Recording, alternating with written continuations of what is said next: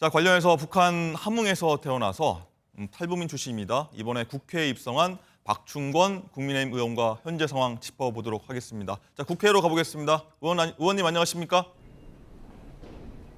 안녕하십니까? 예, 안녕하십니까? 자, 어제 하루 북한의 미사일 발사에 우리 군의 포사격 그리고 다시 북한의 오물풍선 살포가 이어졌습니다. 자, 북한의 계속되는 도발 이유가 뭐라고 보십니까? 제가 여러 기회에 말씀을 드리긴 했었는데요. 오물풍선은 북한 정권이 철저히 계획한 도발 전략의 일환이다라고 말씀을 드리겠습니다. 그래서 그 주요 목적이 남남 갈등을 유발하고 관심을 끌기 위한 것인데요.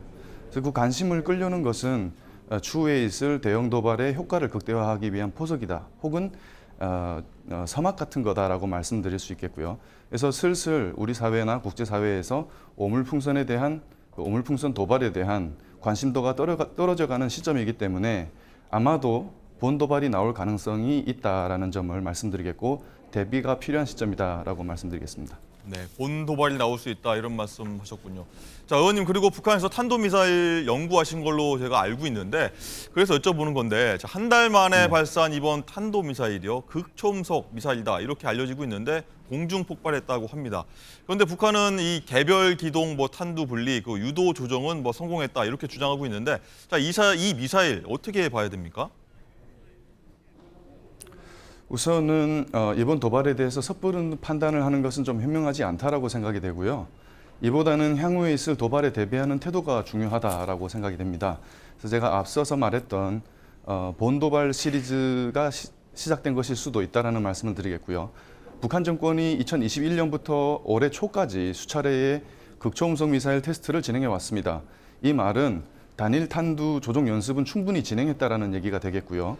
이 시점이라면 다탄두 조종 연습도 할 수 있는 시점으로 판단이 되니까 아무래도 판단이 그렇게 됩니다. 그래서 보도자료에 따르면 이번 발사된 탄도미사일이 비행고도 100km 정도, 사거리는 250km 정도가 되겠는데요. 다탄두 조종 시험을 처음 진행하는 입장에서는 합리적인 실험 조건이었을 수도 있다라고 판단이 됩니다. 왜냐하면 우리가 이제 대기권을 지상에서 100km 상공까지 보고 있는데 비행 고도를 100km 내외로 설정을 했고요. 그리고 사거리도 250km면 충분히 관리가 가능한 범위이기 때문에 실험 조건에는 해당하는 그런 조건이다라고 말씀드리겠고, 그래서 핵심은 향후 북한 정권이 시리즈로 보여줄 수 있는 진일보된 다탄두 미사일 실험들에 대한 대응 방안을 마련하는 것이 중요하다라고 보겠고요. 향후 예상될 수 있는 것은 북한 정권이 비행 고도를 올리거나 사거리를 늘리거나 혹은 탄두의 개수를 늘리는 그런 실험들을 진행할 수 있다라는 조심스럽게 한번 예측을 해보겠습니다. 네. 자, 본도발 시리즈라고 해서 우려될 수 있다 이런 말씀 해주셨는데 어쨌든 우리 군은요 어제 해상에서 포 사격으로 대응하고 동해상에서는 한미연합 공중훈련을 했습니다. 자, 포 사격이 그리고 대북 확성기도 저희가 제기할 수 있다 이렇게 보고 있는데 적절한 대응이라고 보고 계십니까?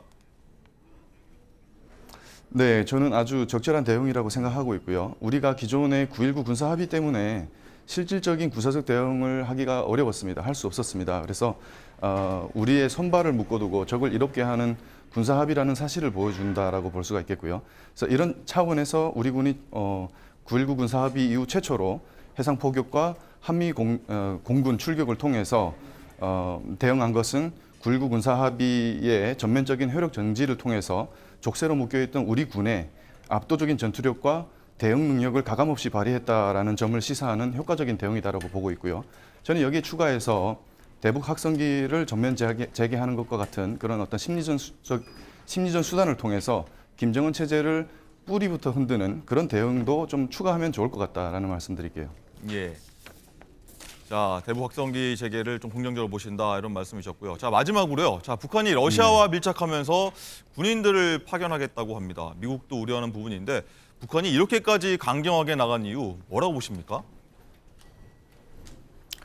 아직 그 부분에 대해서는 아직 정확하게 확인된 것은 없지만 북한 정권이 이번에 러시아의 군 파견을 강행하게 된다면 그 이유는 아마도 우크라이나 러시아 전쟁을 자신들의 이익을 극대화하는 지렛대로 활용하려고 하는 것 같다라는 말씀을 드리겠고요.